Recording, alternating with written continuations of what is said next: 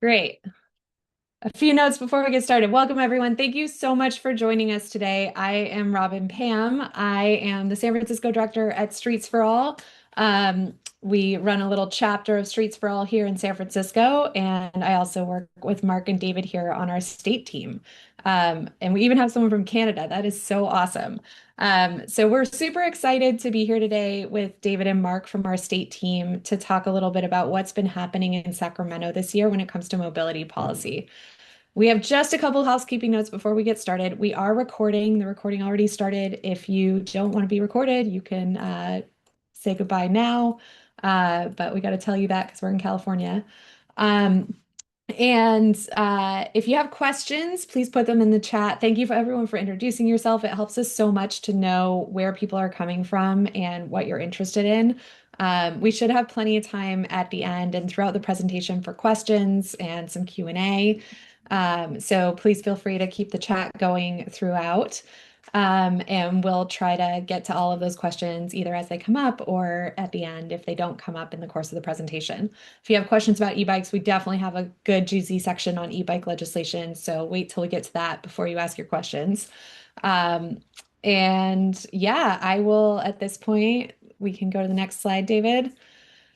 And we have a couple of other announcements before we start. We are doing a big members drive in July. So if you're not a member yet of Streets for All, becoming a member supports our work. It supports the work Mark and David are doing in Sacramento. It supports the work that our teams are doing in LA and San Francisco as well to fight locally. We have chapters in LA and San Francisco. We have our Sacramento team, and our goal at Streets for All is to work both at the local and state level to really close the loop on making sure good state policy gets passed that enables good things to happen at the local level for biking, walking, and transit. So becoming a member helps to support our work. And also, because it's member month, we have some really cool prizes that we're doing giveaways for every week. So you can get Peak Design phone cases, 1,000 helmets. We had some clever hoods, a Wombi subscription if you're in LA. There's all kinds of good stuff. Check it out. And if you go to the next slide, if you are in San Francisco, we are having a little happy hour next week with Supervisor Mirna Melgar to celebrate the members drive and celebrate our first year anniversary of joining forces with Streets for All. So super excited to have this happening next week. Come join us on Tuesday evening. And I think with that, we are going to jump in to the main event, which is Mark Vuksevich and David Martinez, our state policy team, who are going to share. They're up in Sacramento all the time, talking to legislators in the building, figuring out how to make good things happen and stop bad things from happening when it comes to transportation policy in the capital. So I'm going to turn it over to them to walk us through what's going on in Sacramento right now in July. Mark, over to you. Wonderful. Hi, everybody. Mark Fuksevich, Director of State Policy over Streets for All. Yeah, I live in it's about me. I live in SoCal, but currently in one of the top 483 cities in California. I'm sitting in San Francisco right now. And I just wanted to say happy 7-9 day for anyone who celebrates the passage of SB 79 last year, which is one of our sponsored bills. So yeah, big day. Yeah, I'll take it to the next slide and just talk about what we're going to be doing. So, what we're talking about today. So there's a lot happening in Sacramento this year. There's a lot happening in Sacramento every year, but this year we have all of our sponsored bills that we're going to talk about, and David will be talking about briefly. I'm going to talk about some of the legislative trends and what we're sort of watching and seeing. What are the conversations like going on in both Sacramento, but also like a lot of local places. A lot of stuff that happens locally trickles up to Sacramento and is more indicative of what's going on the ground. I think e-bikes is a good example of that. And then we're going to briefly mention some 2026 elections work as well. And with that, you don't need to look at this whole slide in detail, but I just want to give everyone a little bit of context of where we're at. So right now we're in what's called the legislative summer recess, which means school's out for the summer essentially. So all of the legislators are on break for about a month before they finish up the process of getting bills passed into law. So we're about 2/3 of it way process wise. but it feels like the last sprint. So all of the bills that are all of the bills, all of the potential ballot propositions. I'm trying to think, anything else basically has gone through its policy committees. And so right now they're all waiting in advance of appropriations, and then eventually the floor, and eventually being proposed in front of the governor.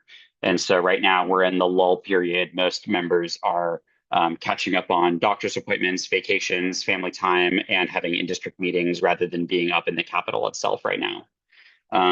Yeah, and so that's sort of where we're at and where David and I are at already, and we'll talk about how we use this time at the end of this slide deck as well. Next slide.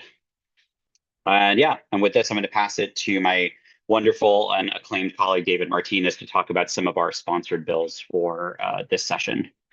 Thank you, Mark. All right, and with that, we can just get started seeing all the bills that we've been working on throughout our day so far this year. So I'll start off with AB 1599 by Assemblymember Ahrens, which would create a centralized transit stop registry at the state level to see where all of our transit stops are, improve connections between bus services, and collect data on what amenities are at our transit stops. So we're going to know where the bus shelters and where the bus benches and all of that is. This was a recommendation from the Transit Transformation Task Force, and it's going along pretty smoothly, I'd say. And it's now in Senate appropriations. So very happy about that. Next one. AB 1740 by Assemblymember Spur. You might remember this one was just a bit different when it was introduced. When we introduced it, it was about making housing and bike lanes easier in the coastal zone for urban multimodal communities. Now it's been amended down quite substantially. What it's going to do now is there's now going to be an agreement between the city of Santa Monica and the Coastal Commission to do their local coastal program, but also for us, Streets for All, and for bike advocates statewide, it'll make building bike lanes and other kinds of multimodal projects go through an easier process at the Coastal Commission. That's called the de minimis review process. So that'll help out our bike projects statewide in the coastal zone get through just a bit quicker. SB 1167 is our big e-bike, basically omnibus bill. It's with Senator Blake Spear, cracks down on the illegal e-motos. It requires e-bike labels. It'll have police officers report what are on those e-bike labels so that we actually know what kinds of devices are in crashes or otherwise. And it's just a bunch of things that actually address like the e-moto issue. A lot of people, when they are complaining about e-bikes, really they're complaining about e-motos. So we're trying to make sure that that difference is clear and that we are regulating what the problem actually is, which are these out of e-bike class devices.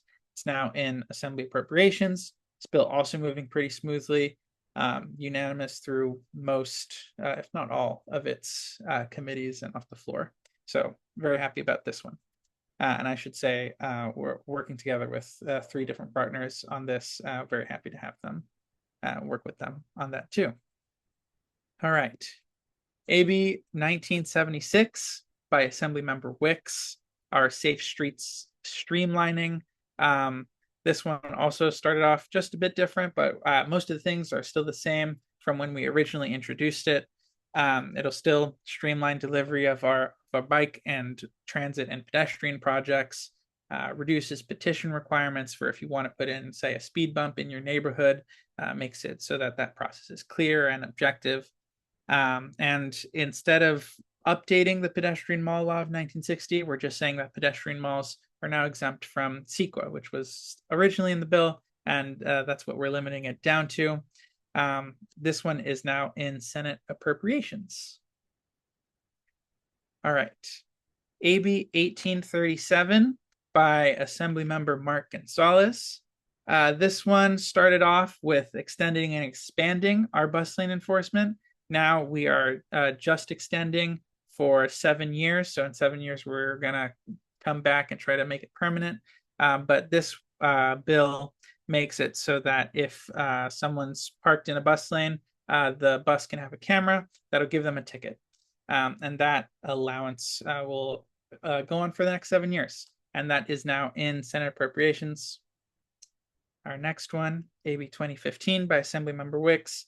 This will have the Department of Transportation study navigation apps, see what the effect is on our local roads, and see what policies might come out of that study. Also in Senate Appropriations. And this one, AB 311 by Assemblymember McKinner, used to have a different bill number, AB 1833, but still same concept. It'll allow car insurance customers to have telematics system, which is basically tracking how well you drive and giving discounts based on that. There are 49 other states which use telematics systems. And if you do the math, that does mean that California is the only one that this is not allowed in. So we're making sure that this is allowed to have safe drivers and to promote safe driving. This one also going to Senate Appropriations. Now for the bad news, the very, very bad news. We have 3 bills that we sponsored that are dead. Very unfortunate. Rest in peace. First one, Senate Bill 1292 by Senator Richardson would allow for automated camera enforcement, like stationary cameras enforcing things like loading zones and maybe some paid parking if they wanted to do it that way. Fortunately died. Senate Bill 1423 by Senator Stern. We were trying to get more funding for active transportation. Unfortunately, that bill was gutted and turned into something else. And that third one, Assembly Bill 2284 by Assemblymember Dixon. We were trying to get the Attorney General to make a list of devices that people think might be e-bikes, but actually weren't e-bikes. Unfortunately, that one also did not pass. With that, I'll turn it back to Mark. Thank you, David. Great. So I'm going to talk about the budget. Everyone knows California's budget is a pretty opaque process, but the budget makes or breaks the priorities for the state. And so the first piece of, but I'd say I just want to up front say that the budget I think has been a very tough one this year, both in terms of like the political legislative fights, but also just in general. California is still facing a structural budget deficit coming out of some of the ups and downs of the markets and the volatility of California's state budget, in addition to like the federal government not being that friendly to California right now. And so one of our big goals was to try to get additional active transportation money this year. That did not materialize this year. I see hope and optimism for this in the future, and we'll talk about that when we get to the election slide. But that's something that did not end up moving forward this year, unfortunately. And with that, I'm going to go to the slide after that, which is on GGRF and CARB. This involves a little bit of a backstory, but in 2023, Gavin Newsom, our governor, made a deal with the legislature around giving a level of transit operations and capital funding to different transit agencies across the whole state, especially post-pandemic, who were experiencing immense strains after this pandemic. Then in 2024, Newsom tried to cut some of that money and the active transportation program as well, but the legislature restored that funding, was able to fight back against that. And then last year, Gavin Newsom tried to, when there was this whole back and forth on whether he would or would not give a loan to the Bay Area transit agencies that ultimately ended up with delivery of a loan very late in the day, as well as changing the way that the cap and invest system works, which without knowing the details of all of that, how that works, it is the source of money that goes into the Greenhouse Gas Reduction Fund, which is a big source of money and pot of money for transit capital and operations. So that means whether your bus comes on time and regularly and the frequency, and whether that light rail or that capital project actually gets built and delivered, and there's money for that. And then this year, what's happened is that Gavin Newsom, through his appointed California Air Resources Board. Once again, like if you don't know the world, like all of the different agencies and actors in Sacramento, this might come off as jargon for you. But the point to understand is the California Air Resources Board through Gavin Newsom is taking away multi-billion dollars from transit and giving it to oil industry and utilities, and to help sort of subsidize the oil industry and some of the market volatility around there.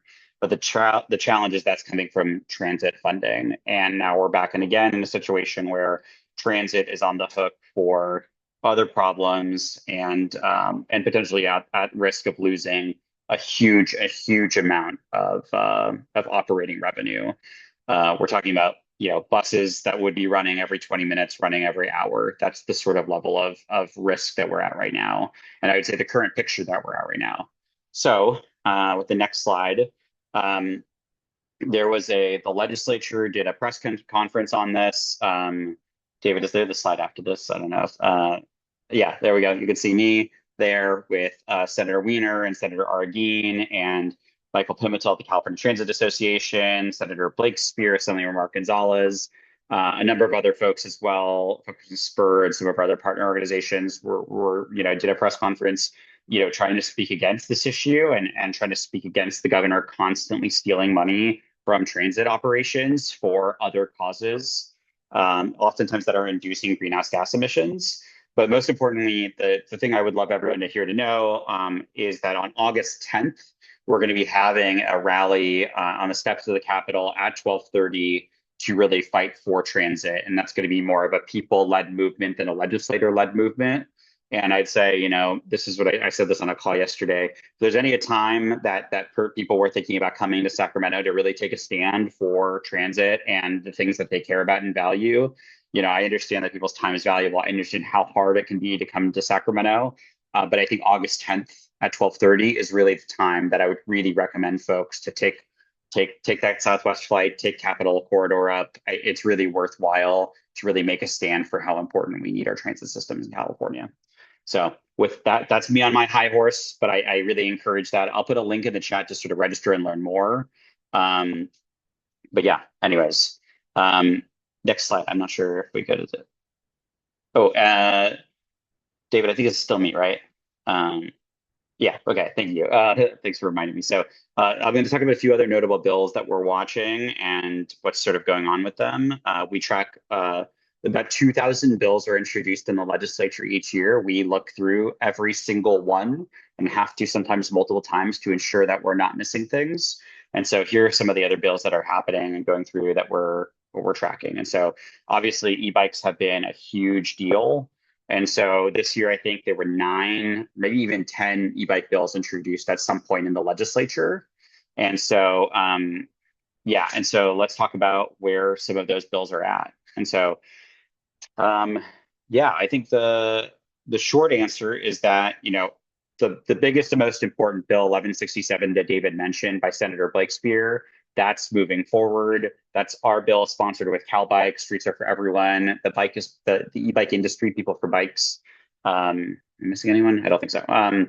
It's Streets Are For Everyone. So that bill's moving forward. That bill had a tremendous success, had a lot of co-authors added. And also additionally, we cultivated really important relationships in the legislature that were able to stop or help not move forward some of the bills that we had substantial concerns about. And so we have been on record about having really substantial concerns about AB 1557, which would have, I think, put a lot of mom and pop e-bike shops out of businesses. Same with AB 1942. And the good thing is, I think when we were on this call this webinar last time, about 6 months ago, we were describing this as a big issue that we were trying to tackle. And now, luckily, those bills aren't moving forward. There's still a lot more policy work to do in the e-bike space. We don't think that all of the bills are done. We think there's more that we want to do next year. But these bills that would, radically hurt e-bike adoption, hurt small businesses, hurt people who see e-bike as mobility access and economic mobility, those are not the right ways to go. And we want to make sure that we're doing good evidence-backed policy that both keeps people safe, but also preserves a form of movement for people. And And last thing I'll say before I pass it to Robin is just on AB 2346 here by Assemblymember Wilson. We worked really, really hard to negotiate with her office towards a place where we could go neutral on that bill. I think we're still not in love with it, but I think it reduces a lot of the harms that we saw in the bill originally. And I think there's even some good in the bill as well too. So that's all thanks to the time and the resources, the energy, and the sweat and tears that we put into the work in Sacramento. So. But Robin, anything else you want to add in terms of the big picture or just lobby days or yeah.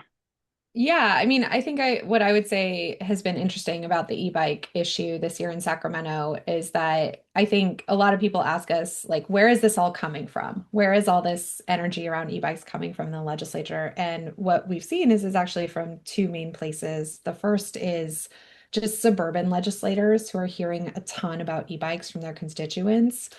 And the second is from healthcare professionals. So we're trying to work really hard right now on building more bridges within the medical community and trying to find people there. And I think there are a few groups at the state level who are more open to working together and finding common ground on this issue.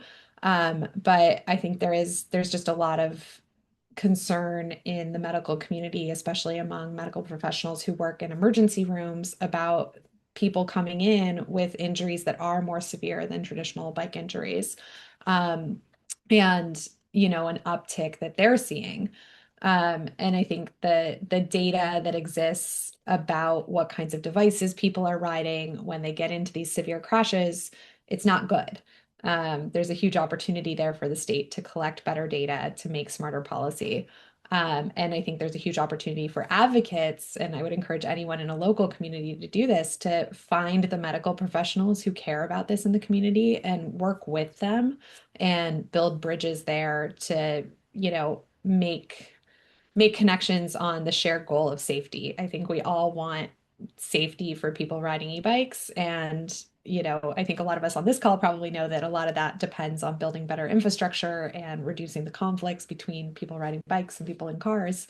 But that's not a message that is necessarily broadly shared, or a point of view that's broadly shared. So, and then I think, the quality of data is not good. So a lot of when somebody shows up, one thing, you can do locally is work with medical professionals and law enforcement as well to educate them about the different types of devices. What's a legal e-bike versus an illegal one? What is the class system and what is out of class? And encourage them to actually collect data on what types of devices people are riding when they come into a medical facility and they're hurt. Because I think, we all suspect, but we don't necessarily have the data to back it up, that a lot of what people are riding is e-motos that are going a lot faster than what a legal e-bike can do. So working at the local level to help educate on what's legal, what's not, how to collect better data. One pagers on e-bikes for health professionals and police, that is like a super great idea. I saw Andrew from CalBike on this call. I don't know if they have that resource available, but I think we can work with them on figuring out what that should look like. And maybe Andrew can chime in the chat if he's paying attention there. But I think e-scooters as well. So I think we've learned a lot about this issue and like what the politics of it are. I think we're definitely going to see some of these bills come back next year. And there's so much work to do across the state for education and organizing on this particular issue. Yeah, and I think there's enough energy here. We maybe need to think about just having our own, independent conversation just on e-bikes. Maybe one of these webinars can do that. And so, but for now, I'm going to reserve some of the questions that I see, the great questions in the chat, just till the end, just so we can focus on what we have at hand here. So I'll go to the next slide, David, if you don't mind. So DUI bills. I think if folks may remember that there was a ton of reporting in CalMatters License to Kill series on DUI bills, and the legislature had a really massive response sort of similar to e-bikes in terms of what they introduced and what's going on. And so, David, I'll let you talk a little bit about that. Yeah, so there was this great License to Kill series And I'll just go over what DUI, some of the DUI bills that have been proposed are. So starting off with 1546 Schultz. This is kind of like Schultz is the chair of the Public Safety Committee in the Assembly. So his bill was basically the one that kind of, I'll say, took priority in the Assembly to address some DUI issues.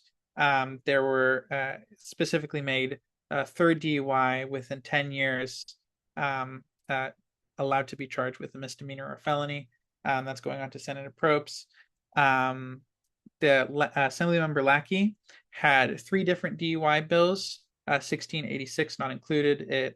That one died, but 1685 and 1687 both moving forward, both kind of harshening penalties for people who commit DUI. And for 1685, if you commit vehicular manslaughter while DUI, that would increase the number of points you get on your record from 2 to 3. And then 1687, revoking the license of people with more than 3 DUIs. I think that makes a lot of sense. And then SB 1198 by Senator Menjivar would authorize and require, depending on the circumstances, revoking licenses for reckless driving. Mark was able to testify on that one in the Assembly a few weeks ago. And that one's moving on to Assembly appropriations. So a few others not included, a few have died along the way that harshen penalties by a lot more than what these bills are harshening penalties by. But like previous slides said, harshening penalties alone isn't going to stop DUI. We do also need to start thinking about what our infrastructure looks like. But for now, I think these do make sense based on what has been happening in our state regarding DUIs. And Okay. David, if you don't mind me editorializing just one thing, one of the things that the Cal Matters reporting really showed is that, despite the fact that we understand it's like one of the very first things you're taught is that driving is a privilege, not a right, across the entire United States, that our court system, that our legal framework, and that our executive branch was not taking that seriously, and it was really treating it the opposite way. And so I think this is beginning to reverse course on those. We've seen there were some DUI bills that we had a lot of trouble with. We thought they were incredibly punitive and quite unfair. But I think all of the bills that we have listed here, I think are beginning to really move the needle in terms of having a fair conversation about what is the privilege and responsibility of someone who's operating a multi-ton vehicle in the public right of way. Yeah. All right. Some other bills that we think our audience would be interested in that we want to make sure that we cover. These are the ones that we also covered last time, so we also want to provide an update. Assemblymember Lee was proposing legalizing single stair construction, essentially allowing just one staircase in apartment buildings. That one unfortunately did die. It did die especially after some firefighter opposition. SB 1279 by Senator Gonzalez would expand the existing speed camera program to allow for speed cameras on PCH. Long Beach found that a lot of speeding, a lot of injuries happened on PCH, but the way that the current program is structured does not allow for speed cameras on state highways. So Senator Gonzalez wanted to allow for more cameras, for any cameras really, on PCH. Started with 7 and went down to 2. But that is still moving forward along with 2. So expect a couple of speed cameras on PCH in Long Beach. AB 2560 by Assemblymember Schultz would codify CAPDI, the Climate Action Plan for Transportation Infrastructure. It was watered down a bit. It got taken out of some cross-reference into other sections. That was taken out to have it be considered when getting funding. It also changed a thing about how highway widening is sometimes circumstantial and we need to consider all the evidence. And it's unfortunate, but we're still going ahead and codifying CAPDI So that's at least partially a good thing. That is a good thing. And then AB 2276 by Assemblymember Soria would have started a pilot program for intelligent speed assist, so capping the speed at which one can drive. That did die in the assembly because of the DMV being concerned about how much it would cost to implement. And we'll talk about that a bit later. DMV concerns. Other bills, SB 569 by Senator Blake Spear. This is what's called a Gutton amend. It started off with different language, and midway through the session, it has very new language. This bill, sponsored by the California Bicycle Coalition, would make it harder for cities to remove a bike lane. It was even after the Gutton amend, which completely changed the language, it got amended down again in Assembly Transportation to apply to fewer projects and to narrow the scope to just projects that were funded using the state general fund. So a bit limiting, but also a good thing to make it harder to remove a bike lane. And then Assembly Bill 1830 by my very own Assembly member, Cotty Petrie Norris, would have overhauled ignition interlock systems for DUI, separate alcohol and drug DUIs. That one did not get a hearing in the Senate, so that one is dead.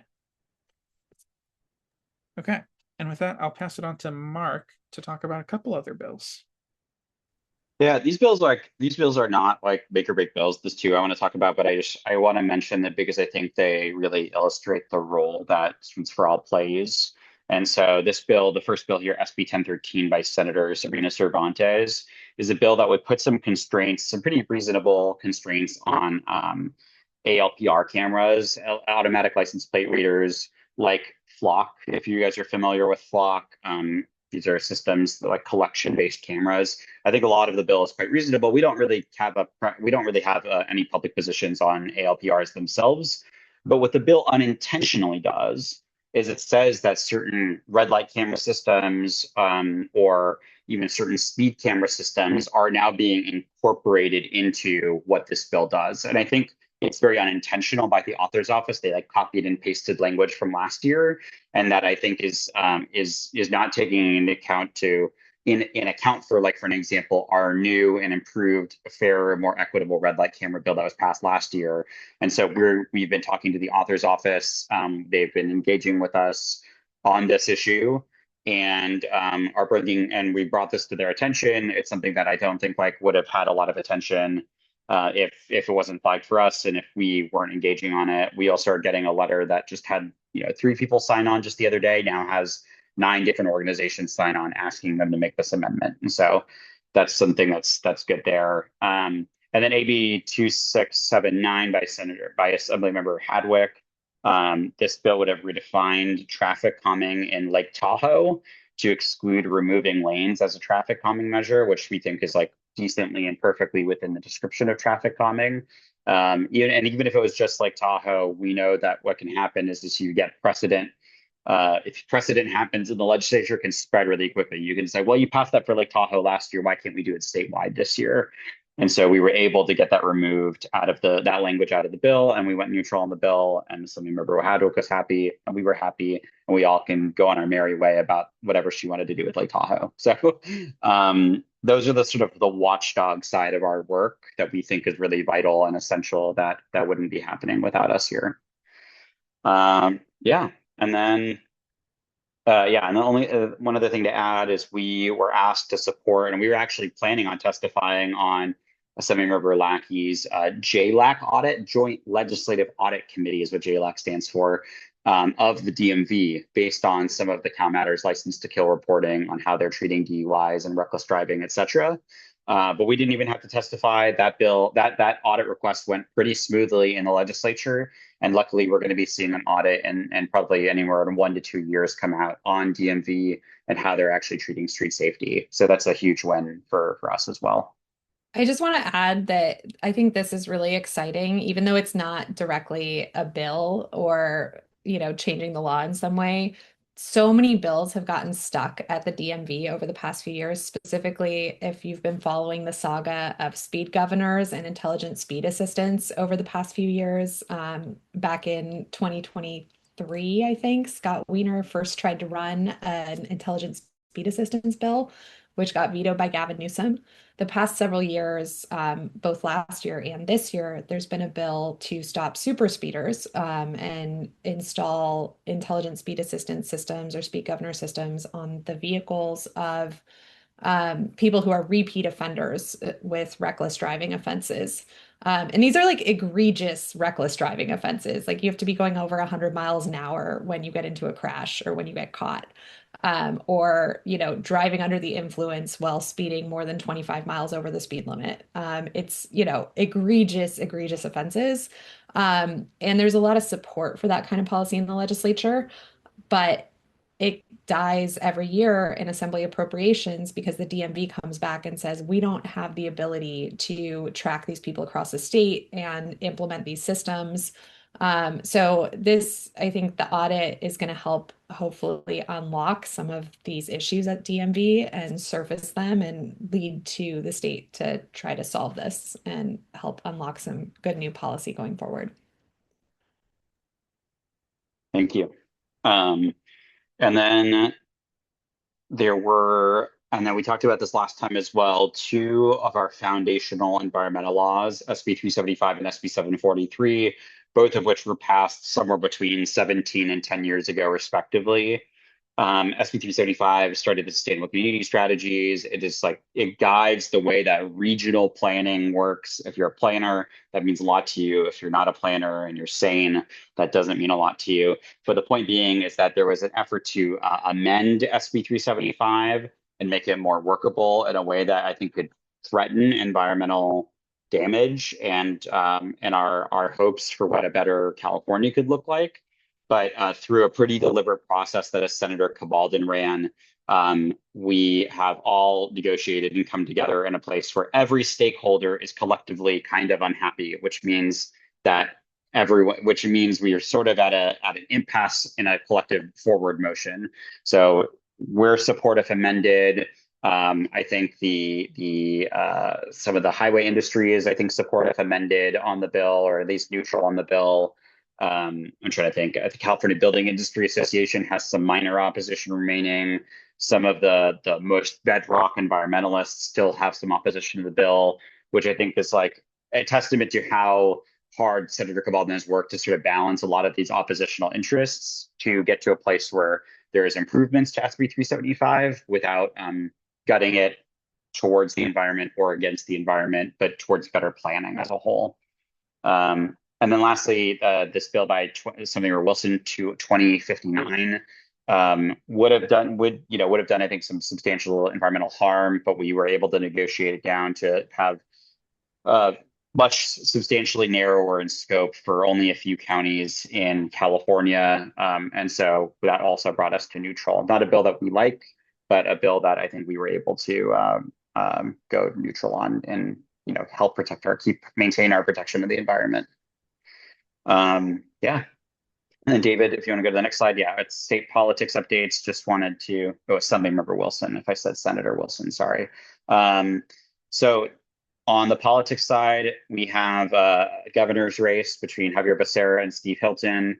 It is very likely that Javier Becerra wins.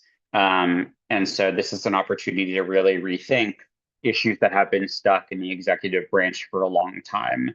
And just so without like me making this a 2-hour webinar and just keeping it to the 1-hour webinar we have scheduled, like some of those things that I think of are the fact that we haven't been getting a lot of traction with street safety funding in California for the last few years. I think this is an opportunity to rethink that and have new conversations with the governor's administration about that. I think this is an opportunity to rethink about the Idaho stop as yield, and letting cyclists being able to yield at stop signs rather than do a full stops at stop signs, which is what 9 other states do, and actually improves safety and leads to less equity issues. I also think a lot about our agency Caltrans in California. That is our freeway widening agency, a freeway maintaining agency, but I like to think about it as one of the world's biggest engineering firms. And maybe this is an opportunity to take that engineering firm that we use for highways, and maybe we can use it to build transit more on time and on budget with best practices rather than having bespoke projects across the whole state all the time. These are my big ideas that I'm going to hopefully have an opportunity to present to our next governor, and influence, his thinking and the administration's thinking, and towards a better, brighter, and 21st century California when it comes to our transportation, because I think we're still living in the 20th century, unfortunately, in California's transportation. And then want to mention just two other things. We endorsed two state candidates for state, actually coincidentally, both for state Senate, Sarah Hernandez and John Erickson. I think both of them made it off from the primary to the general election. I think it's highly likely that Sarah Hernandez wins. It's not 100% guaranteed, but highly likely that she wins. And then John Erickson is battling against Brian Goldsmith in the Malibu, West Hollywood sort of area. It's going to be a very, very competitive election. And so that's one where we'll need to really wait and see, but we really hope that our ally and very strong mobility champion, John Erickson, can pull it through in the general. And with that, we're almost to the end here. We got like 2 more slides. If you have any bill ideas, have any thoughts, I mentioned that this is summer recess. It does not mean that David and I take breaks. It means that David and I start thinking about bill ideas for next year, policy ideas, priorities, problem statements that we're just trying to figure out how we can address or market or educate people on for next year. And so if you have any bill ideas, if you have anything that you want to send our way, here is a QR code you can scan. I'll put a link in the chat momentarily. But this is a QR code you can scan to submit ideas to us, and we'll make sure that you're attributed if we end up running one of your ideas as well. And with that, Robin, I pass it back to you. Yeah, we've got a little bit of time left here for Q&A. So if you'd like to add your questions in the chat, I'll give people a moment to do that. But in the meantime, I will plug join the Members Club again, register for some fun prizes that we're giving out this July. You can also sign up to volunteer with us. We do have a volunteer Slack that's available. So if you fill out this form, you'll get a link to that. And then we'll share more volunteer opportunities in there.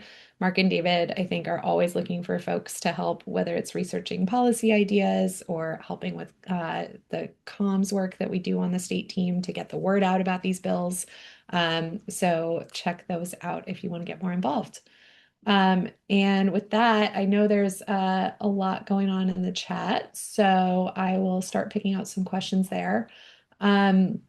George is asking on the DMV audit, how about a Caltrans audit? Is that too far of a reach? Mark, would you like to opine on the possibility of a Caltrans audit at some point? I think if the legislature really saw problems there, I think the legislature could make it a priority.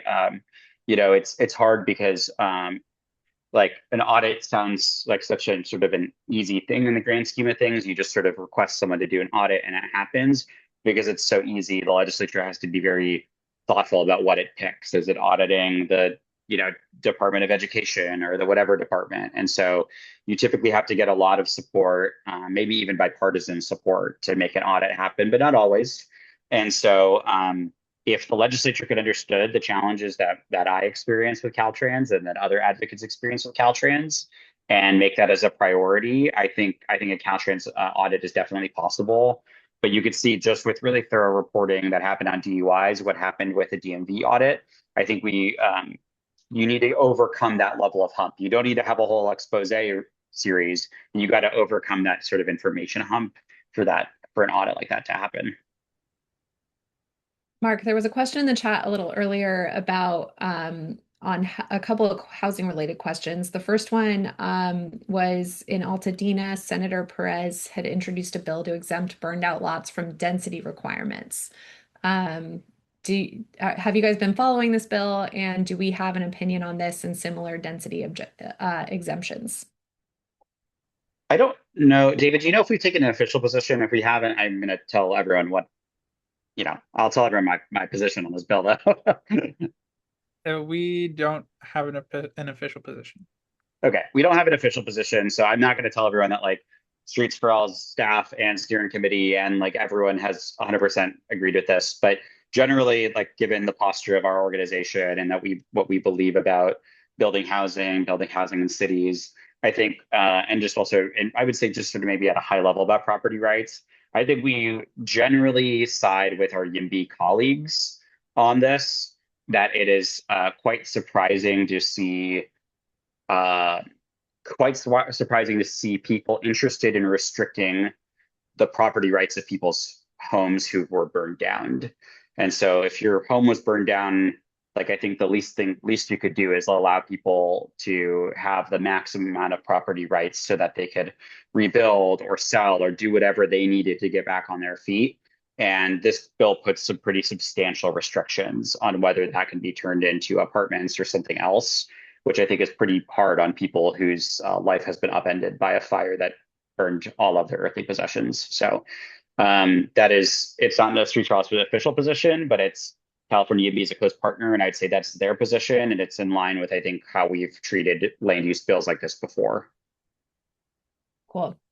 There's a question about AB 1976. Could you guys go into a little more detail about the specific streamlining that is being proposed there for street safety projects?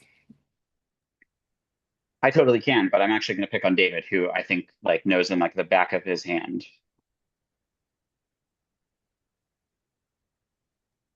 Trying to get to the right slide so you can see it. Okay. So yes. Specifically, it says that if you want to cancel a project, or if you want to, I think the correct word is terminate a project that we have defined in the bill, then you have to make a couple of findings, which need to be evidence-backed. So you can't just cancel anything at the last second. That means that a city council won't be able to say, oh, all these NIMBYs don't want this project to happen, so we're going to have them let that go through. Exempting pedestrian walls from CEQA also streamlines the process. For traffic calming, reducing, most cities have a petition requirement of like 2/3 of people in your neighborhood, or I've seen numbers as high as like 3/4 of people in a neighborhood have to sign off on like a single speed bump. Reducing that down to 51% of people within 1,000 feet definitely helps out in getting these traffic calming projects happening quickly. So a few different things in there that help move these projects forward, so that we can get safe streets. And then there's one more question that just came in, David, about how that interacts with SB 569, the bill about removing bike lanes. Yeah, 569 is like specifically and only about the removal of bike lanes. And it also has to do with projects that use the state general fund. 1976 applies to all projects, so funded through the state general fund or funded through the city's own funds. And the main way it's applied is like before a project is in, I would say, is the main way. There are other ways that it could apply, but like the main thing is like if you want to stop a project from happening, then 1976 applies. There's some ways that it can apply after, but 569 is mainly once a project is already in, how do you stop them from taking it out? Cool.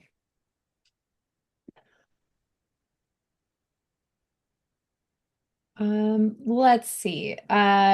There was a comment earlier in the chat that I think would be interesting to address, which is I'd like to hear more about Assemblymember Wilson, who is the Assembly Transportation Chair from Solano County, and if she is evolving on active transportation.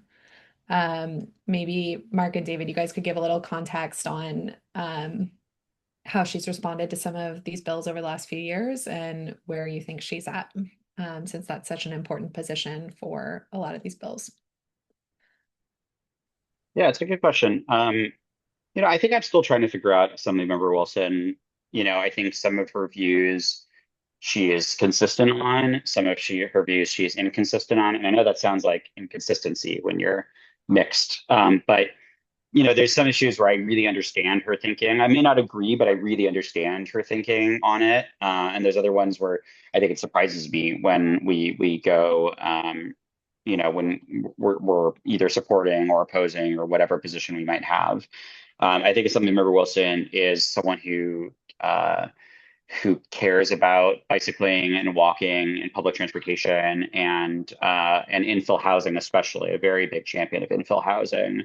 I think I don't always agree or see eye to eye with like the policy ways to get there, or maybe she doesn't see eye to eye. Like that's an alternative, and I don't know, put those words in her mouth with the way that I would get there, given the constraints that we have.